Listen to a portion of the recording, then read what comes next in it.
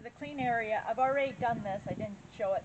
I came over here, I washed my hands, and I rinsed it, and I dried it with the paper towel and tossed that there. I have an apron on for the clean area. I'm going to go and retrieve a chicken from this cooler here.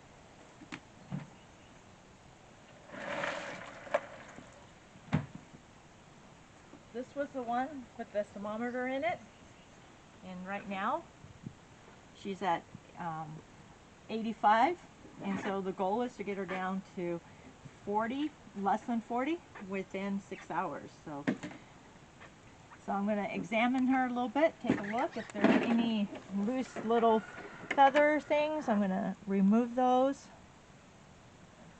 This works great for it. Mike did a pretty good job cleaning, so there's not a whole lot for me to do here, just a little bit of work here.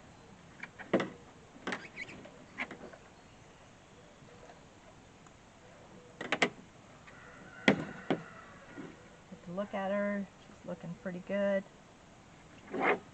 Now, we didn't say this earlier, but when he took the head off, he made sure that the crop was below that, so you don't want to cut it so low that you cut into the crop, because that's part of the digestive system and you don't want that in your meat. Okay, so it looks good. So what I'm going to do, this is the way I like to do it. There's lots of different ways. I'm just loosening things up here, putting my finger in there, loosening the some of the connective tissue so that it'd be easier to pull all the organs out. That's what I'm doing here. Okay, that feels pretty good in there. And then what I'm going to do here, I'm going to take this knife here. So this is the little bone here, and we're going to cut just below that, and you want to be careful because you don't want to cut into the intestine or anything, because that would contaminate your meat. So you just want to do it gently.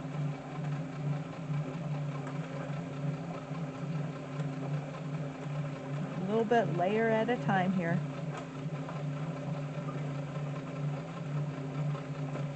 She has quite a bit of fat here on this particular bird to go through. Okay, we got that open, and then I'm going to cut down and around.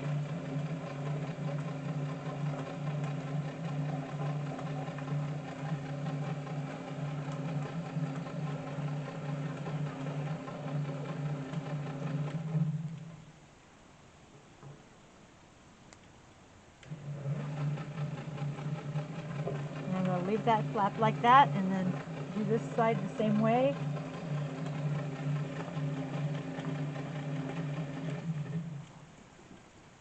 Cut that down. Okay.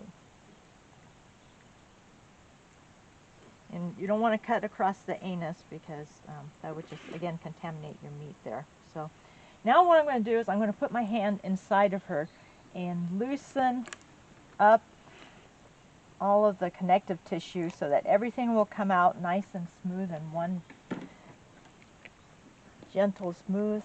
Just kind of putting my hand all the way in there, loosening it up here, and loosening it up on this side.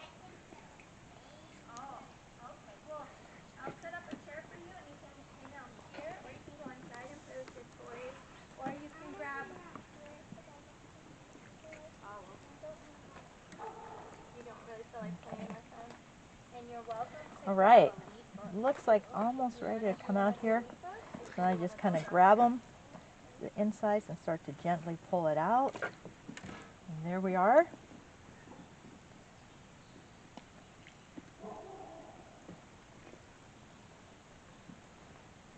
Okay, she has some really nice fat. So we are not allowed to sell this or anything if we remove it from the bird. But I save it. Again, pets love this stuff, so we're going to save it. And this is the intestine here. So we're going to cut right around it so that I can remove this. And see, I went underneath of it so that I wouldn't cut into it.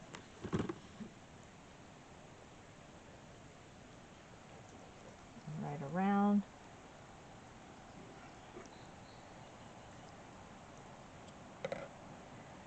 Cut that off. There are two bones here. I cut right inside of it, and there we are. There's the anus there. So I'll set that aside. And then I'm going to cut this stuff apart. Even though we don't sell it, I save it because the pets really love this stuff. So I'm going to cut this off here. This is the liver here. We have one pug that just loves liver. He eats it, maybe sometimes too much, but he loves it. His mom says sometimes he eats too much because he gets the runs when he does that, but he loves it though. So we give them some little treats. They're inside right now because they'd be under feet trying to get a morsel here. So we don't. And this is the gallbladder. We want to be careful not to cut into it. I tend to be a little bit conservative, and so I lose a lot of liver in doing this. Some people, you know, will try to get closer, but then you have the risk of then puncturing that and then ruining your meat. So the liver and heart, I like to keep those separate in here. So we'll just set that aside. This is the gizzard here. This is how they digest everything. I like to use scissors. Some people use a knife. I just like to do this. This is just my method. And I'm going to save the gizzard here because we're going to clean that later. And again, the animals just really love it. I'm taking this fat off too because we try to use as much as possible so that there's not a whole lot of waste. Our animals eat very well. And we'll put this here. I'm going to take the hose now and just rinse this off because there's a little bit of goo here. And we try to keep everything very clean because we don't want anybody in it. Whoops. A lot of microbes. My hands are slippery here. We'll just kind of rinse it off here. There we go. And so then I'm going to do the rest of the cleaning. So there's things in here like the lungs that get stuck. See, there's the lung. Nobody likes to eat that. Maybe a chicken might, but I don't really save them. It's a lot of work to try and save that, all the stuff. So we put this stuff in the compost. I also have this tool here that I can scrape things out. Sometimes I use it if it's stuck in there and it's really hard to get out, but most of the times I can just get it out with my fingers. And we got that cleaned out. So I kind of inspect it. It looks pretty clean. And then I take the hose again, and I'm just going to rinse this bird off.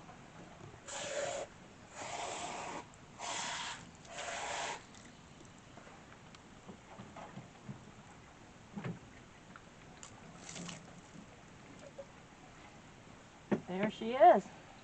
She's ready to be put back into the cooler to do some more cooling.